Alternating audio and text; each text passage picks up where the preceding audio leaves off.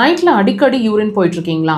2 மணி நேரத்துக்கு ஒரு தடவை, 3 மணி நேரத்துக்கு ஒரு தடவை, சுத்தமாக தூங்கவே முடியல இந்த யூரின் டிஸ்டர்பன்ஸை அப்படின்ற மாதிரி ஃபீல் பண்ணுறீங்கன்னா இந்த பதிவு உங்களுக்கானது. சுகர் பேஷண்ட் இல்லை நாங்கள், ஆனாலும் இந்த யூரின் நைட்டில் வந்து அதிகமாக போயிட்டுருக்குது. சம்மர் டைம்லேயும் இந்த யூரின் ஃப்ரீக்வன்சி அதிகமாக தான் இருக்குது.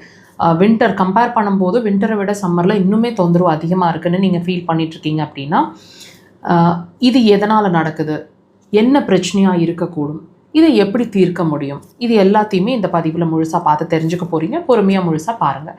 இந்த ப்ராப்ளம், அதாவது இந்த ஃப்ரீக்வன்சி ஆஃப் யூரினேஷன் அப்படிங்கிறது பல காரணங்கள் அப்படிங்கிற மாதிரி சொல்லப்படுது.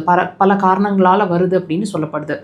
ஆண்களாக இருந்தால் ஒரு ஏஜுக்கு மேலே, அதாவது சீனியர் சிட்டிசன்ஸாக இருக்கிற பட்சத்தில் 45-50 வயசுக்கு மேலே இருக்கிற பேஷண்ட்ஸ் பார்த்திங்கன்னா ப்ராஸ்டேட் என்லார்ஜ்மெண்ட் அப்படின்ற ஒரு கண்டிஷன்னால் வருதுன்னு சொல்கிறாங்க. பெண்களாக இருந்தால் அடி இறக்கம், அதாவது ப்ரொலாப்ஸ் யூட்ரஸ் அப்படின்ற கண்டிஷன்னால் வருதுன்னு சொல்கிறாங்க. இந்த ரெண்டு ஆண்களாக இருக்கட்டும் பெண்களாக இருக்கட்டும், இது வர்றதுக்கு என்ன காரணம், இந்த ப்ராஸ்டேட் என்லார்ஜ்மெண்ட் வர்றதுக்கு என்ன காரணம், அடி இறக்கம் அல்லது ப்ரொலாப்ஸ் யூட்ரஸ் வர்றதுக்கு என்ன காரணம்? கண்டிப்பாக நீங்கள் நினச்சிட்ருக்கீங்க எல்டர்லி பர்சன் எல்லாத்துக்குமே, வயதானவங்களுக்கு 60% ஆஃப் த பேஷண்ட்ஸ் பீப்புள் வந்து இது அஃபெக்ட் ஆகிட்டு தானே டாக்டர் இருக்கிறாங்க அப்படின்னு நீங்கள் உங்களுக்கு கேட்க தோணலாம். டெஃபினட்டாக இல்லைங்க. இந்த 60% ஆஃப் த பீப்புளை விட்டுட்டு நீங்கள் பாக்கி இருக்கிற 40% ஆஃப் த பீப்புளை ஏன் கன்சிடரேஷனில் கொண்டு வர மாட்டேங்கிறீங்க? அவங்க ஹெல்த்தியாக தானே இருக்காங்க, அவங்களுக்கு இந்த பிரச்சனை இல்லை இல்லையா? ஸோ நம்ம அவங்கள மாதிரி எப்படி ஹெல்த்தியாக மாற முடியும்னு பாருங்கள்.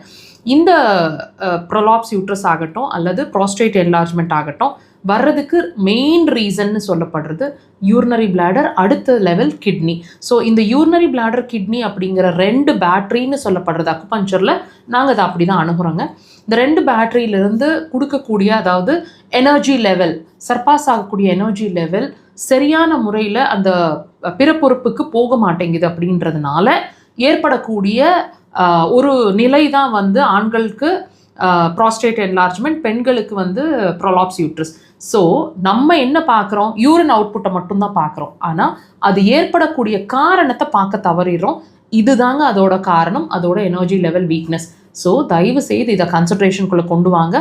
உங்களோட பிரச்சனைகள் படிப்படியாக நார்மல் ஆகும். நம்ம அக்குபஞ்சரில் ஆப்ரேஷன்ஸ் இல்லாமலே அந்த உறுப்புகளை ரிமூவ் பண்ணாமையே நம்ம ட்ரீட்மெண்ட் ஹெல்ப் பண்ணும். கண்டிப்பாக ட்ரை பண்ணிப்பார்.